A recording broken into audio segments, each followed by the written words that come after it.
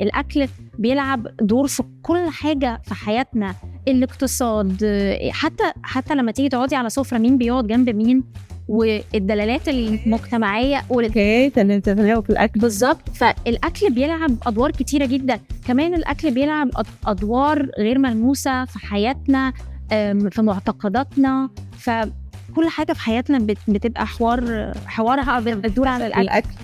ونوري حبنا بالأكل ونحزن بالأكل ونحزن بالأكل كل حاجة كل حاجة. فبدأت أهتم أكتر بالأكل، إيه أقرأ عنه ألاقيه لذيذ. وكنت قابلت واحدة زميلة ليا هناك في الجامعة بتشتغل كتير على أنثروبولوجيا الأكل، وهي كانت لاسعة خالص، وكانت تسأليها سؤال تقعد ساعتين تجاوبك على بأفكار كتيرة قوي ليها دعوة بالأكل وأدوار الأكل.